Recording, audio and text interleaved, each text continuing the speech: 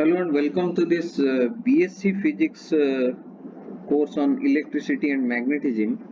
So, in one of the units, you have these kind of things in your topic. So, electric field lines, electrostatic potential, Gauss law with applications to charge distributions with spherical, cylindrical, and planar symmetry, and all these things you have in your BSc Physics electricity and magnetism chapter. So let us restrict our discussion to Gauss law today. So let us come to the what is Gauss law. So Gauss law generally relates the electric field at points on a closed Gaussian surface to the net charge enclosed by that surface. Suppose एक particular कोई shape का charged body है और मैं यहाँ पे एक electric field due to this charge distribution में कैलकुलेट करना चाहता हूँ, तो जनरली उस चीज को रिलेट करता है Gauss law. Okay, Gauss law relates the electric field at points on a closed surface to the net charge enclosed by that surface. वो क्या है बेसिकली हम लोग देखेंगे यहाँ पे. The theorem, the Gauss theorem or the Gauss law states that the normal component of the electric field are the net outward electric flux over any closed surface of any shape drawn in an electric field which is equal to 1 by epsilon 0 times the net charge enclosed by that surface. अभी तो definition पढ़ के कुछ समझ में नहीं आ रहा है, तो देखते हैं कुछ फिगर देखते हैं, कुछ मैथमेटिक्स देखते हैं, तभी जाके हम लोगों को समझ में आएगा. So what is called as electric flux? First of all, let us understand. Okay. So suppose एक कोई particular चार्ज बॉडी है, चार्ज डिस्ट्रीब्यूशन है, ये एक देखिए एक प्लानर चार्ज डिस्ट्रीब्यूशन है, एक स्क्वायर शेप का या रेक्टेंगुलर शेप का एक डिफरेंट शीट से let us consider. Okay, made up of different material let us consider. And एक इसके चलते जो एक electric field definitely charge body है, मतलब उसके चलते एक इलेक्ट्रिक फील्ड भी उसका है. So let us consider the direction of the electric field as given as shown in the figure. Okay.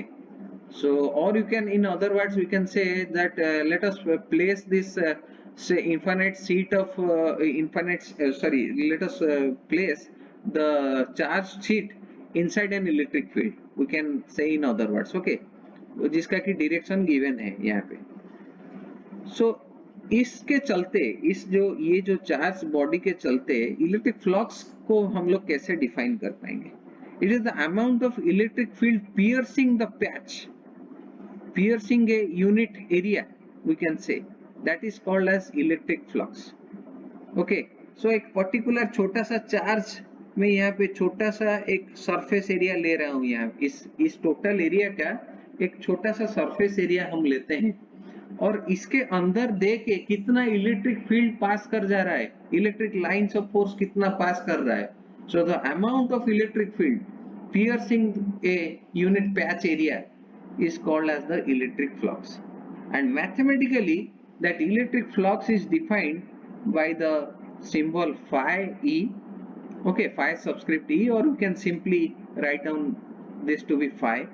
That is defined by the closed integration of E dot dA, where dA is this delta A or the small area and E is the electric field vector. E dot dA. पर ये जो dA यहाँ पे है, ये dA basically क्या है? That is the area vector you can say. मतलब ये जो छोटा सा एरिया हम लोग यहाँ पे कंसीडर कर रहे हैं, इस एरिया से हम लोग क्या करेंगे, एक परपेंडिकुलर नॉर्मल ड्रॉ करेंगे. वो जो नॉर्मल है that is dA. So E dot dA. Okay, और in other words we can write E dot n cap into dA, right like this. Okay, बहुत सारे जगह में n cap मतलब यूनिट वेक्टर को रिप्रेजेंट करता है, जो कि हमारा direction normal to the area उसको वो डिफाइन करता है, that is n cap dA. So Gauss law क्या बोला, that the amount of electric flux passing through any closed surface is equal to 1 by epsilon 0 times the net charge enclosed by that surface. Okay, so 1 by epsilon 0 times the net charge enclosed by that surface. तो ये जो छोटा सा surface में consider यहाँ पे कर रहा हूं, तो इसको दे के या फिर इसको पियर्सिंग करके जितना इलेक्ट्रिक फ्लक्स पास कर जा रहा है, that is equal to 1 by epsilon 0 times the net charge enclosed by that surface. ये छोटा सा एरिया के अंदर कितना चार्ज है, सो इस चार्ज को और इलेक्ट्रिक फ्लक्स को या फिर indirectly we can say the electric field को वो कोरिलेट कर रहा है. The surface integral over any closed surface that you can write like this, closed integration of S, और dA या फिर ds भी बहुत सारे बुक्स में लिखा होगा, don't get confused. Okay, dA मतलब that is the unit normal area. Okay, area vector को रिप्रेजेंट कर रहा है. n कैप या फिर dA कैप जो भी लिखा होगा, so both gets the same meaning. Okay, surrounding the point of concentration. So now let us consider a cube. Suppose यहाँ पे suppose electric field का direction suppose either it is given. Okay, so what is the amount of electric flux for this whole surface? तो हम लोग क्या करेंगे, छोटा छोटा एरिया को कंसीडर करेंगे. हर एक क्यूब का हर एक साइड में छोटा छोटा एरिया को कंसीडर करेंगे, देखेंगे कि मतलब इलेक्ट्रिक फ्लक्स कितना है. सपोज E डॉट dA का मतलब क्या है, डॉट प्रोडक्ट है. So E dA cos theta, we can write cos theta. That means electric field और एरिया वेक्टर दोनों में क्या एंगल है, that will actually define what is the magnitude of the electric flux. So यहाँ पे क्या है, electric for the upper surface and for the lower surface area vector क्या है, अपवर्ड, यहाँ पे area vector downward. But electric field का direction क्या है, towards x axis. So both are mutually perpendicular. Area vector and electric field vector are mutually perpendicular. So cos theta, cos 90 is 0. Similarly, right, ये जो एक पीछे वाला side है और ये वाला जो फ्रंट वाला साइड है, तो they are again mutually perpendicular.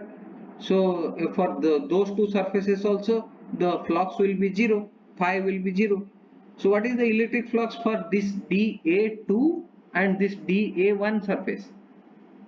So definitely E dot dA2, these are parallel, and dA1 that is also cos 180 degree. So anyhow, what will be the magnitude?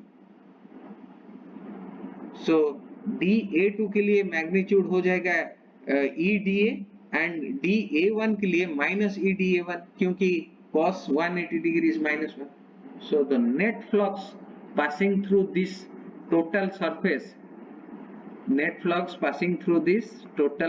is 0 in this type of charge distribution, or you can say in this type of surface distribution we can consider.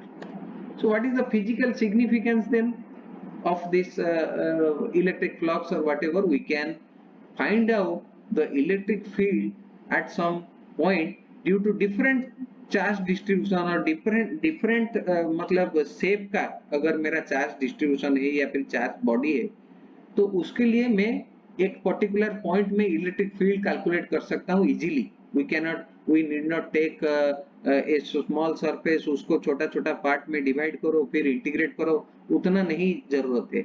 मैं उस point से मैं जहाँ पे electric field calculate करना चाह रहा हूँ, सपोज इस पॉइंट में ड्यू टू दिस बॉडी मैं कैलकुलेट करना चाहता हूँ, इस बॉडी को घुमा के मैं क्या करूंगा, एक क्लोज्ड गॉसियन सरफेस ड्रॉ करूंगा. तो वो क्लोज्ड गॉसियन सरफेस से फिर मैं पता करूंगा कि इलेक्ट्रिक फ्लक्स उस पॉइंट पे कितना है. I will come to the examples, you will मतलब इस चीजों को समझने के लिए और ज्यादा इजी रहेगा. सपोज ये एक स्फेरिकल डिस्ट्रीब्यूशन है, एक अंडा शेप का स्फेरिकल डिस्ट्रीब्यूशन है. ये पर्टिकुलर ये जो एरिया है, सपोज ये मैं इस क्लोज गॉसियन सरफेस को डिफरेंट छोटा छोटा एरिया में डिवाइड कर रहा हूँ, तो इस सरफेस के लिए मैं कंसीडर कर रहा हूँ. यहाँ पे एरिया वेक्टर इस ओरिएंटेशन ऑफ छोटा सा एरिया जो हम लोग कंसीडर किए हैं, एरिया वेक्टर किस तरफ है और इलेक्ट्रिक फील्ड का डायरेक्शन जो कि यहाँ पे गिवन है किस तरफ है देखिए. So there is an angle between them, that is theta. Okay, maybe whatever may be the angle, but there is some kind of angle existing. Okay, similarly for the second area यहाँ पे 2 लिखा गया है, उस चीज को मैं यहाँ पे थोड़ा इलाबोरेट या फिर उसको क्या किए हैं, एनलार्ज किए हैं. सो इलेक्ट्रिक फील्ड का डायरेक्शन ऑलरेडी गिवन है, पर एरिया वेक्टर इस ओरिएंटेशन के लिए मैं अगर नॉर्मल ड्रॉ करूंगा तो कैसे होगा, इस टाइप का होगा. सो वो क्या हो गया, 90 डिग्री हो गया. सिमिलरली थर्ड एरिया यहाँ पे कंसीडर कर रहे हैं हम लोग. इलेक्ट्रिक फील्ड डायरेक्शन गिवन है, पर इस ओरिएंटेशन के लिए मैं नॉर्मल ड्रॉ करूंगा तो मेरा एरिया वेक्टर इस एंगल में होगा. So now you must be trying to, मतलब अभी तुम लोगों को विजुअलाइज करने के लिए इजी हो रहा होगा कि ये बेसिकली एक्चुअली एरिया वेक्टर कैसे ड्रॉ किया जाता है एक पर्टिकुलर सरफेस के लिए, और उस चीज से हम लोग फ्लक्स निकालेंगे, फ्लक्स से फिर electric field we can consider. Okay, similarly यहाँ पे एक सरफेस है, देखो एक छोटा सा चार्ज है Q. ओके, पॉइंट चार्ज है Q जो कि तीन सरफेस में वो हम लोग क्या किए हैं, उसको एनक्लोज किए हैं, S1, S2, S3. What is the electric flux for S1, S2 and S3 के लिए मैं अगर कैलकुलेट करूंगा तीनों के लिए सेम होगा, क्योंकि what is the net charge enclosed by that surface, only Q. Okay, Q by epsilon naught will be the total charge enclosed by that surface. Okay, so similarly what is called as the differential form of Gauss law. Now we can just यहाँ पे बहुत सारे BSc physics में हम लोग थोड़ा गए हैं तो थोड़ा एडवांस लेवल में देखेंगे इस चीजों को. Okay, what is the differential form of Gauss law? So from the Gauss law, for this suppose particular charge distribution, let us consider एक छोटा सा चार्ज है plus Q at a origin. Let us consider this point to be at origin. और यहाँ पे एक point P में मैं उसका क्या है, इलेक्ट्रिक फील्ड कैलकुलेट करना चाहता हूँ. तो कैसे करेंगे, ये टोटल पॉइंट P और ये जो प्लस Q चार्ज को एक गॉसियन सरफेस के अंदर क्या किया, मैंने कंसीडर किया. तो यहाँ से यहाँ तक जो डिस्टेंस है वो कितना है, बेसिकली R है, R is the distance. Okay, ये पॉइंट P तक इलेक्ट्रिक फील्ड का डायरेक्शन गिवन है. इस पर्टिकुलर पॉइंट में मैं एक छोटा सा एरिया जो यहाँ पे कंसीडर कर रहा हूँ, ds या फिर dA जो भी कंसीडर कर रहे हैं, उस चीज को एक नॉर्मल ड्रॉ करेंगे, दैट इज n कैप, और दोनों के इलेक्ट्रिक फील्ड और n कैप के बीच में एंगल कितना है, theta. Okay, so E dot n dA according to the Gauss law is equal to Q by epsilon naught. We have already from the theorem we have got this formula. Okay, E dot n cap dA is equal to Q by epsilon naught, closed integration of E dot n cap dA. But as we all know, from the definition of electric field, what we can write, 1 by 4 pi epsilon naught Q by R cube into R, or you can say 1 by 4 pi epsilon naught Q by R modulo square. जो हम लोग electric field का एक point charge के लिए electric field at a particular point at a distance R कितना होगा, +2 physics में हम लोग ये फॉर्मूला पढ़े हैं. ठीक है, so now we can correlate this to formula, क्योंकि यहाँ पे भी इलेक्ट्रिक फील्ड मिल रहा है, यहाँ पे भी मुझे इलेक्ट्रिक फील्ड मिल रहा है. So now we can write like this. So closed integration of E dot n cap dA is equal to 1 by 4 pi epsilon naught Q closed integration of R dot n cap by R cube. Okay, ये formula को मैं यहाँ पे put कर रहा हूँ. Okay, so dA, but ये जो है R dot n cap by R cube dA, ये जो फॉर्मूला है ये बेसिकली क्या है, basically R dot n cap dA by R, you can say like this, projection of area dA on a plane perpendicular to R. ये जो dA area है यहाँ पे या फिर ds एरिया है on a plane perpendicular to R, उसके ऊपर कितना, उसको बोला जाता है जनरली सॉलिड एंगल, उसको बोला जाता है solid angle. The projected area divided by R square. ये जो एक यहाँ पे मैं एक यहाँ से जब इस सरफेस को देख रहा हूँ तो बेसिकली कैसे देख रहा हूँ, एक कोन टाइप का मुझे दिख रहा है. ठीक है, ये एक प्रोजेक्शन है, जैसे कि प्रोजेक्टर में कोई थ्रो कर रहा है एक पर्टिकुलर, मेरा जो प्रोजेक्टर में मैं जब देख रहा हूँ उस सोर्स का जो लाइट है वो थ्रो करने के बाद वो एनलार्ज हो जा रहा है. So basically that is called as the projection of the area on a plane perpendicular to R, perpendicular to R. Okay, so R और एरिया के बीच में एंगल कितना है, परपेंडिकुलर है. Okay, so that is called as the solid angle.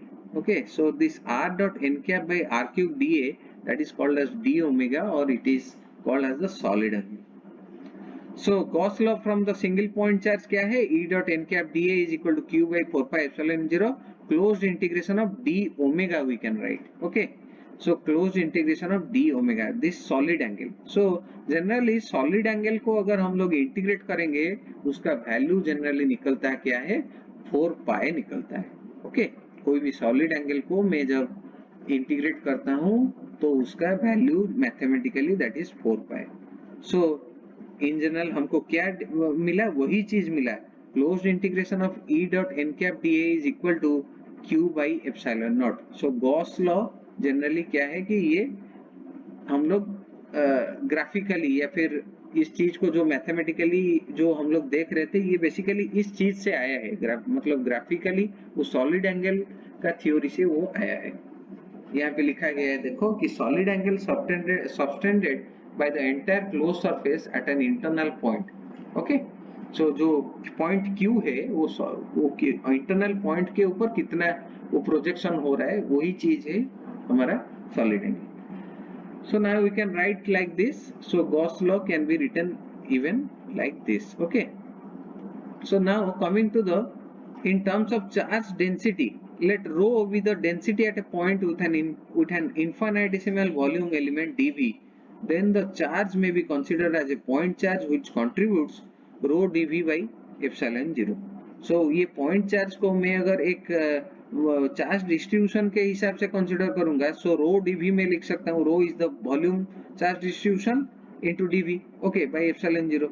So we can write like this. This formula, this Gauss law can be also represented by this formula. So these are all basically different forms of representation of Gauss law. Okay, so even using Gauss divergence theorem, जो कि हम लोग first unit में पढ़े हैं, Gauss divergence theorem से मैं एक सरफेस इंटीग्रेशन को वॉल्यूमेट्रिक इंटीग्रेशन में कन्वर्ट कर सकता हूँ. ठीक है, so that E dot n cap dA can be converted as the divergence of E into dV. Okay, so using Gauss divergence theorem we have got this formula.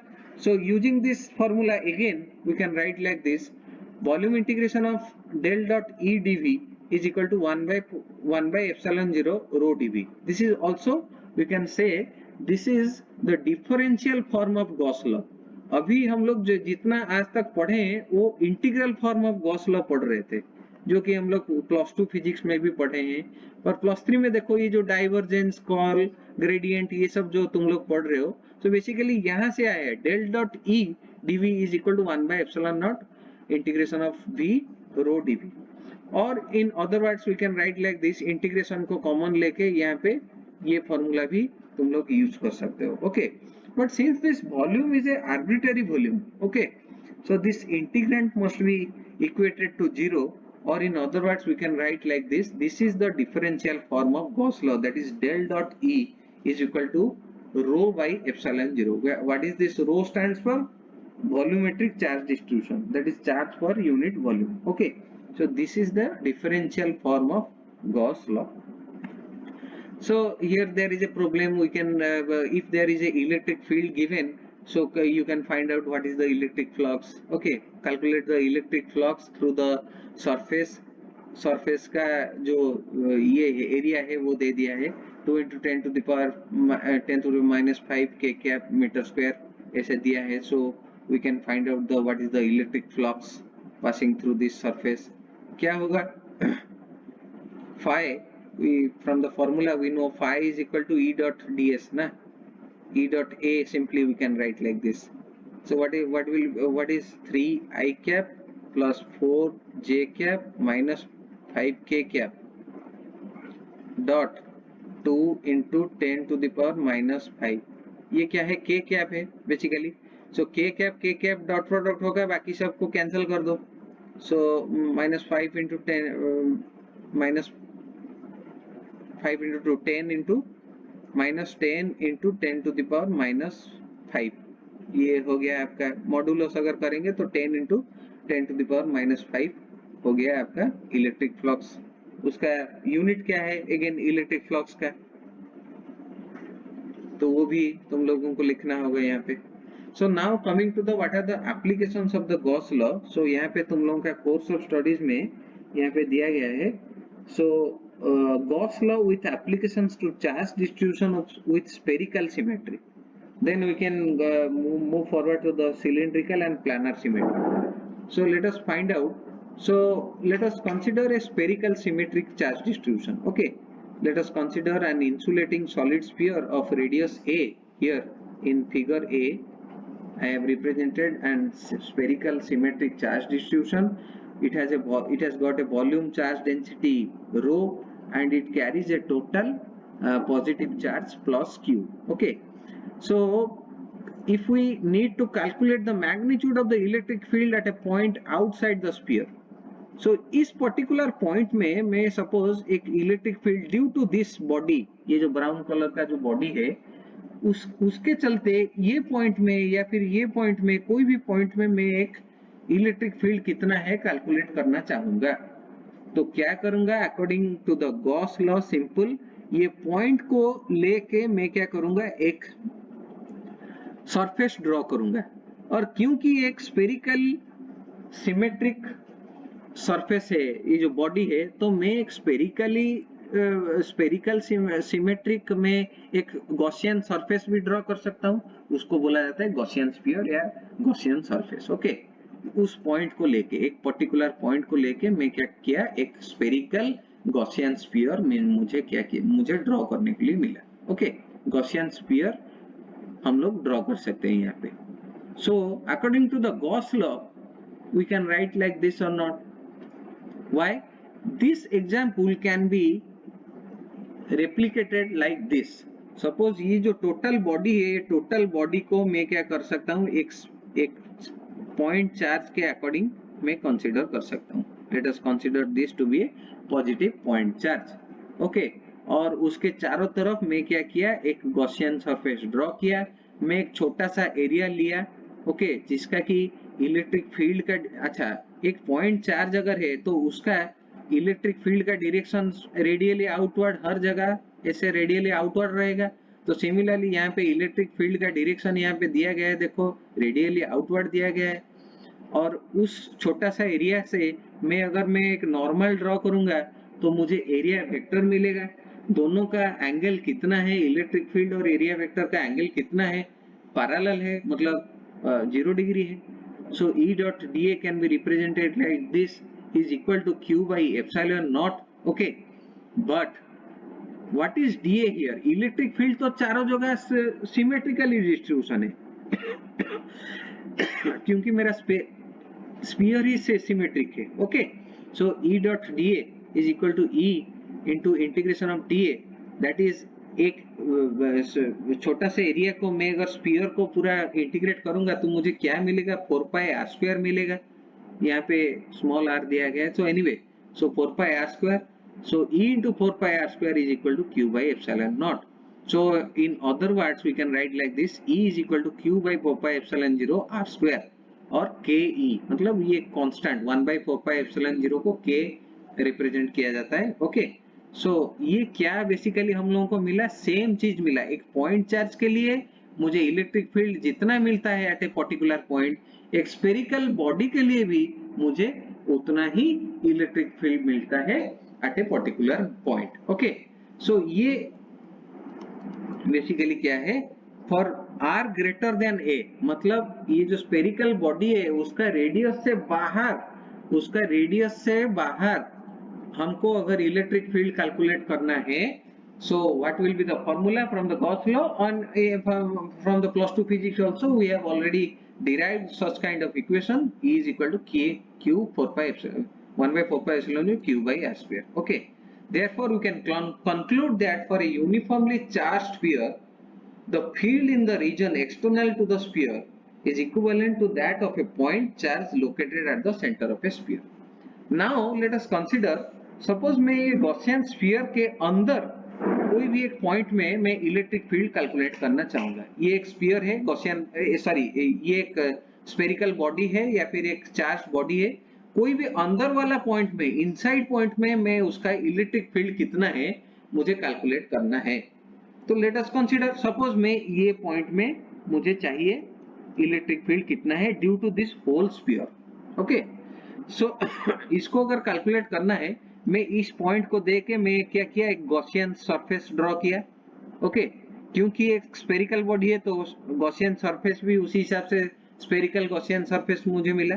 Okay, सो जिसका कि ये total body का जो spherical body का radius है ए, यहाँ पे है ए, यहाँ पे भी देखिए ए है लिखा गया है, और ये जो सेंटर से गॉसियन स्फीयर का जो डिस्टेंस है उसका मतलब distance let us again consider. Okay, so what is the electric field at that point, let us consider in this case when r is less than a, radius जो है Gaussian sphere का that is less than the radius of the whole charged body। okay, so let us denote this smaller volume, ये जो छोटा सा volume हमको मिल रहा है that is v prime में यहाँ पे कंसीडर कर रहा हूँ। okay, सो यहाँ पे क्या होगा, मुझे वॉल्यूमेट्रिक चार्ज डिस्ट्रीब्यूशन कंसीडर करना होगा, क्योंकि ये एक स्फेरिकल वॉल्यूम है तो रो हम लोग ले सकते हैं, रो लेके हम लोग उसको इंटीग्रेट कर सकते हैं। सो वॉल्यूमेट्रिक चार्ज डिस्ट्रीब्यूशन, ये जो इसके अंदर जितना मेरा वॉल्यूम है या फिर ये छोटा सा गॉसियन सरफेस के अंदर कितना चार्ज है, how we can calculate. Gauss law क्या बोल रहा है कि the electric flux passing through an area is equal to the net charge enclosed by that surface. Okay, but net charge को मैं कैसे कैलकुलेट करूंगा, अगर इसके अंदर एक स्फेरिकल गॉसियन सरफेस है, ये ओरिजिन से यहाँ तक कितना चार्ज है मैं कैसे कंसीडर कर सकता हूँ, using volumetric charge distribution, that is rho v prime। so v prime मतलब volume, so rho into 4/3 pi r cube, ये r जो है that is less than a, less than the area, less than the radius of the whole body। okay, so by symmetry the magnitude of the electric field is constant everywhere on the spherical Gaussian surface। जैसे मैंने बोला कि एक point charge में radially outward हर जगह पे कोई भी पॉइंट देख लो, इलेक्ट्रिक फील्ड आपका कांस्टेंट है। सो E डॉट dA को मैं जब इंटीग्रेट करूंगा यहाँ पे, ये एरिया को मुझे कंसीडर करना होगा 4 pi r square that is equal to q in by epsilon naught according to the Gauss law। but here in this case actually what is happening, q in by 4 pi epsilon naught r square मुझे electric field का value मिला। so again from this term we can write like this, rho into 4/3 pi r cube divided by 4 pi epsilon naught r square, or rho by 3 epsilon naught into r। but here what is rho, here rho is equal to q by 4/3 pi a cube, क्योंकि whole density कितना है, मेरा charge body का density कितना है, total charge अगर q है, suppose total charge अगर q है, यहाँ पे मैं कैपिटल लिख दिया हूँ, यहाँ पे स्मॉल था आपका जो चार्ज है जो भी, anyway but q divided by 4/3 pi a cube, ये मेरा है actually volumetric charge density. Pi a cube मतलब टोटल उसका जो एरिया है, सॉरी वॉल्यूम है, मतलब a is the radius of the this body, charged body। okay, so in these terms we can write like this, E is equal to QR divided by 4 pi epsilon 0 a cube। okay, और you can ये इस q को generally small q लिखो, ठीक है, क्योंकि हम लोग फिगर में लिए हैं small q। So this is the term we are getting. So इस कंडीशन में जो इनसाइड वाला पॉइंट में मुझे क्या मिल रहा है, दैट इज एक्चुअली एक आउटसाइड पॉइंट में, यहाँ पे मैंने हम लोग देखे एक आउटसाइड पॉइंट में electric field that is actually varying in, माने ये जो आर स्क्वायर के inversely proportional to E is inversely proportional to 1/r square, पर इनसाइड पॉइंट में कैसे वेरी कर रहा है, that is directly proportional to R, directly proportional to R and inversely proportional to 1/a cube. इसका मतलब क्या है, अगर हम लोग एक ड्रॉ करेंगे इलेक्ट्रिक फील्ड और आपका जो डिस्टेंस के बीच में अगर मैं ड्रॉ करूंगा एक फिगर, मतलब एक प्लॉट अगर करेंगे, तो ओरिजिन से सरफेस तक, ये सपोज है मेरा चार्ज्ड बॉडी का ओरिजिन, ये है मेरा सरफेस, तो इन दोनों के बीच में डिस्टेंस क्या है, a है। ओरिजिन से सरफेस तक इलेक्ट्रिक फील्ड हमेशा इंक्रीज होता है।